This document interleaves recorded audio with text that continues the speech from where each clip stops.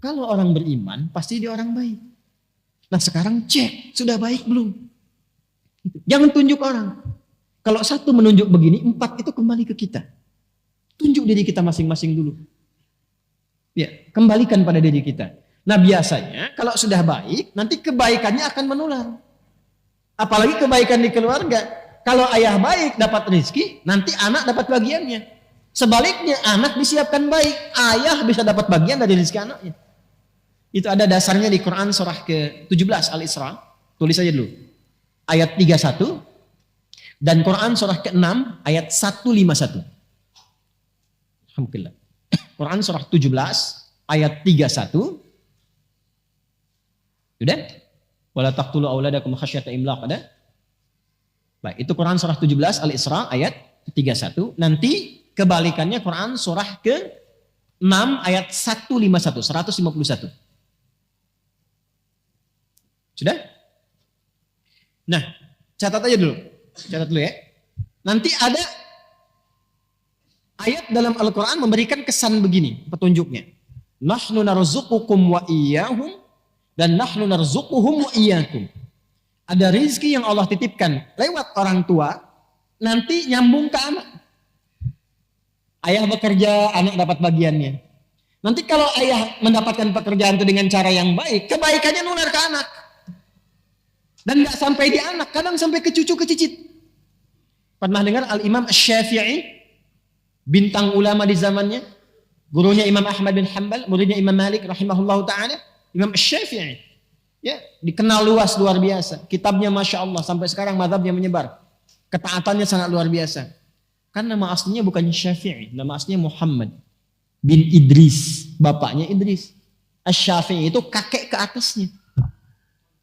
Kakeknya orang soleh, orang taat, alim.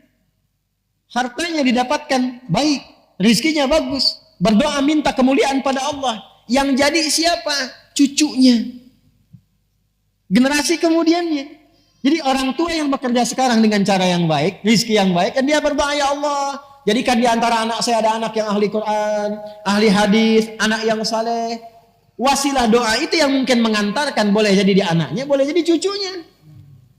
Yang berdoa mungkin gak hafal Quran, tapi wasilah doa dan harta yang halal itu yang sampai pada anak, itu yang menjadikan anak sukses. Disekolahkan di tempat yang baik, lahir nanti cucu. Cucu ini yang ternyata pecinta Quran. Dan cucu itu menjadi ahli Quran. Boleh jadi bukan karena ikhtiarnya saja. Mungkin 30%, 70%-nya doa kakeknya. Jadi gak ada yang sia-sia dalam amalan. Sebaliknya, keburukan yang dikerjakan oleh orang tua, sepanjang masih ada anak yang diasuh, itu hati-hati. Anak bisa mendapatkan bagian buruknya. Walaupun di akhirat hisabnya masing-masing, di dunia dampaknya sampai. Ya, makanya saya itu sering katakan, tolong para ayah, para ibu, bertutur yang baik. Berperilaku yang baik. Kalau ingin berbuat yang tidak baik, atau terfikir atau digoda oleh orang lain, diajak berbuat yang tidak baik, tolong ingat dulu anak-anaknya. Karena kalau orang tuanya terkena keburukan, anaknya itu yang kadang kena dampaknya. Bapaknya yang korupsi, anaknya yang dibully. Betapa banyak anak-anak sekarang malu, takut untuk sekolah. Karena ketika dia berangkat sudah disebutkan anak koruptor ya, anak koruptor ya. Kamu anak pembunuh ya, kamu anak perampok ya. Makanya berpikir dulu kalau ingin berbuat maksiat. Pikir dulu keluarga. Makanya ibu ingatkan bu kalau ayahnya itu berangkat. WA tuh, jangan cuma pasang status terus. Ingatkan. Pak, ingat ya anak-anak ya Pak ya. Insya Allah kami bisa tahan lapar. Tapi kami nggak bisa tahan panasnya neraka Pak. Ya memang hari ini panas banget Maya, apalagi di neraka. Bisikin.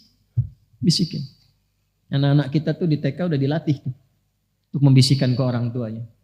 Ya, bisikin kebaikan-kebaikan. Insya Allah kalau terus diingatkan tuh terjaga. Terjaga. Ada dulu orang-orang soleh begitu. Jadi kalau setiap suaminya kerja, istrinya membisikkan. Seperti tadi, terjaga dia. Dan potensi maksiat itu tinggi. Apapun itu bisa terjadi. Karena setannya kan terus menggoda. Jelas? Nah, ulaika lahumul amnu wa hum muhtadun. Kalau kita benar, maka ketenangan diberikan kepada jiwa, dibimbing setelah itu. Kalau sudah benar mendapatkan ini, perhatikan, catat kalimat ini baik-baik ya. Apapun yang Anda mintakan dalam kehidupan, sepandang Anda sudah beriman benar, itu dikabulkan oleh Allah. sepanjang ada maslahat di dalamnya. Minta apa saja, minta kedudukan dikasih. Dan tidak nanggung, kadang-kadang tinggi betul. Ya, kenapa? Karena Anda punya maslahat di situ. Sudah pandai mengatur. Termasuk harta. Tapi kalau belum sampai ke tingkat itu, disesuaikan nanti. La yukallifullahu nafsan illa. Jangan sampai jadi beban. Bukan gak diberi, tapi disesuaikan. Ya Allah, saya itu udah tahajud. Saya juga udah baca Quran dan menghafal. Tapi kenapa saya minta mobil belum dikasih juga? Motor dulu. Motor aja belum bisa kamu kelola dengan baik. Nanti kalau sudah jadi mobil, datang mobil, sifat bisa berubah. Udah nggak bisa buka pintu mobil. Halo? Ya waktu naik angkot kan sodakoh. Begitu sudah punya mobil agak bagusan dikit nggak bisa buka pintu kan sebelum dibukain. Ya? Ini baru punya motor udah keliling-keliling komplek kan? Assalamualaikum, ayo Pak ke masjid. Padahal cuma pengen ngasih tahu nih motor saya. Gitu. Hati-hati. Belum dilantik udah nyebar kartu nama. Lihat, taunya beda. Salah tulis gitu ya. Salah lantik. Ini kalau sudah ada iman tuh semua kelihatannya biasa. Harta biasa. Nggak ada bedanya. Antara terlihat banyak dengan sedikit. Nggak ada. Yang ada dalam hati itu bagaimana mengelola titipan ini supaya tidak berat ketika berpulang. Selalu begitu. Dan itu enak, nggak ada beban pada akhirnya. Nggak ada beban demi Allah saya katakan. Nggak ada beban. Anda tuh melihat 1 juta dengan 1 miliar. Sama aja. Kertas. Sama aja kan? Antum tuh tahu. Sama aja. Nggak ada bedanya.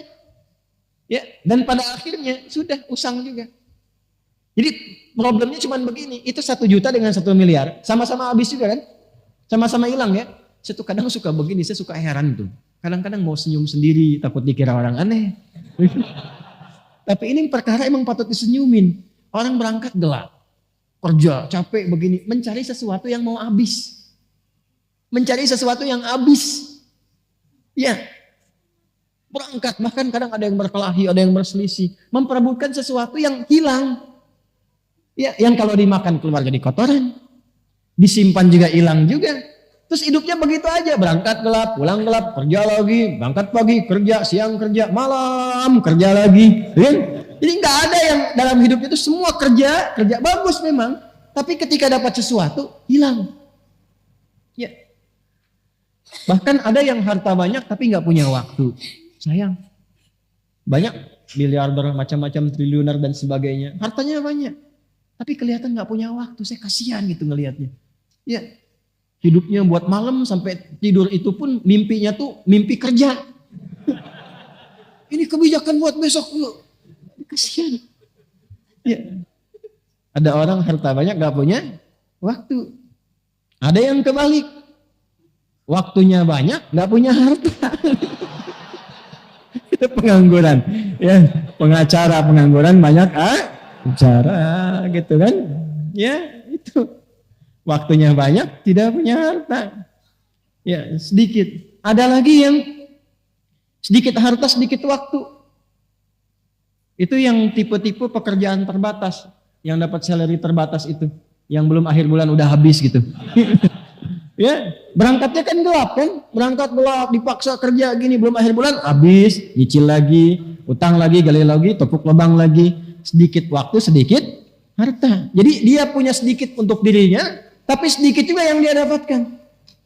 Ya, yang hebat itu kan banyak harta, banyak waktu. Itu kalau di teori marketing itu sleeping investor namanya. Di teori marketing dunia, dia invest, tapi dia sambil tiduran, waktunya banyak, hartanya banyak. Tapi kan cara mendapatkan harta itu kerja juga dia kan. Makanya tarik ke marketing akhirat. Itulah orang beriman. Orang beriman tuh kalau benar imannya, waktunya akan banyak karena diberikan keberkahan oleh Allah. Jadi itu jalan ke pekerjaan aja masih bisa hafalan Quran. Masih bisa ngaji, masih bisa dengerin murattal, waktunya banyak. Jadi nggak ada kata nggak punya waktu untuk ngaji, masih banyak waktunya. Zikirnya itu bisa sambil jalan, pulang aja jalan. Ya, sambil zikir, di kendaraannya juga masih dengar Quran. Diskusinya masih bermanfaat, itulah yang banyak waktu. Dan banyak peluang. Kalau bentuknya harta diberikan oleh Allah, bentuknya kedudukan dinaikkan oleh Allah, karena ada manfaat di dalamnya. Jadi kalau ingin cepat mencapai sesuatu dengan mudah, shortcutnya gampang. Beriman dengan cara yang benar. Nah, tanda orang beriman itu kalau sudah beriman, diberikan ketenangan, dapat bimbingan. Bimbingan pertama yang Allah berikan, wahum muhtadun, itu bimbingan untuk berbuat baik. Ya, setiap yang berbuat disebut dengan amal. Setiap kebaikan yang didorong oleh iman disebut dengan soleh.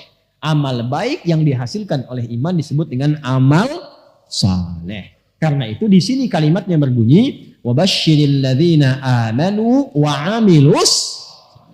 Itu yang saya katakan di awal, orang beriman itu pasti baik. Jadi kalau kita sudah jadi orang baik, apalagi diisi dengan ilmu, apa saja gampang didapatkan. Mau jadi apapun. Beriman yang kuat, ilmu isi. Sekarang mau jadi apa? Imannya dulu.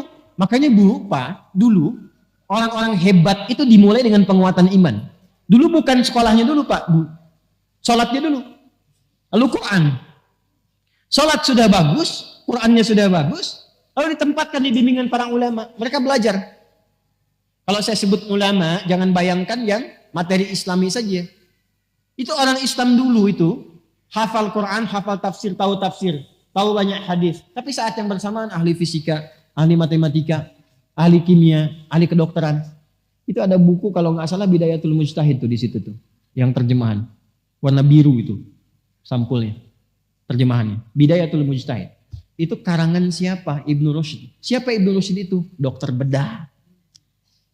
Dokter bedah hafal Quran dan bisa mengarang fikih, kitab fikih komparasi mazhab. Ya, ini bab ini pendapat ulama ini disajikan. Gak ada tarjihnya, dikomparasikan. Yang nulis siapa? Dokter bedah. Ini dokter bedah dulu tuh dokter spesialisasi pembedahan tapi juga hafal Quran. Itu yang sekarang mesti kita wujudkan. Dan akhirnya apa? Muncul khazanah keilmuan, muncul peradaban.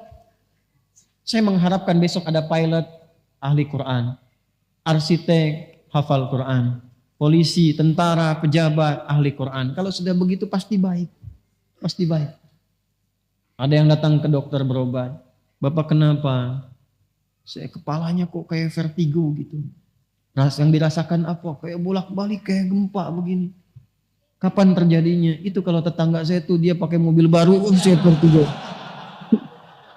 Dia pakai baju baru, saya pusing. Ya. Nah, udah, karena dokternya ahli Quran, nggak akan dikasih obat kimiawi, nggak akan dikasih obat herbal. Ini Pak resepnya, Quran surat sekian ayat sekian. Ulang. Oh, ini di mana apoteknya? Di masjid. Ada begitu, lebih cepat gitu. Kan sekarang matanya pada sehat, tapi mata hatinya sakit. Dia bisa bedakan tuh sendal bagus, sendal jelek. Tapi pulang dia pakai sendal orang. Jangan terjadi di sini, ya. Karena kita ngaji. Paham? Nah ini, jadi kalau sudah begini, wabasyiril ladzina amanu wa amilus shalihat. Itu yang harus kita tanamkan pada jiwa, jadi orang baik. Tapi kebaikannya diisi oleh iman. Nanti kalau sudah konsisten, Allah akan tambahkan nikmatnya. Dan gak usah repot-repot. Mau masuk ke kampus bagus, nanti Allah tunjukkan. Mau dapat jabatan promosi, gak usah pakai rumus-rumus yang maksiat. Nyogok ini, itu, macam. Nanti ditunjukkan sendiri. Tiba-tiba datang orang baik, tiba-tiba datang komandan baik, dikasih referensi, tiba-tiba pimpinan mengarahkan. Bisa terjadi. Allah itu kalau sudah menetapkan seorang hamba baik, ditemukannya dengan yang baik lagi. Baik dengan baik terus. Dan menebarkan aura kemuliaan. Dan bisa menerima di posisi apa Allah tempatkan. Jadi cara berpikirnya begini. Allah kasih ini berarti yang diinginkan ini. Alhamdulillah ditempatkan di sini berarti harus ada kebaikan di tempat ini. Kalau dia sudah khatam nanti dipindahkan. Begitu cara berpikirnya. Jadi nggak sibuk nyari ini nyari itu, capek sendiri.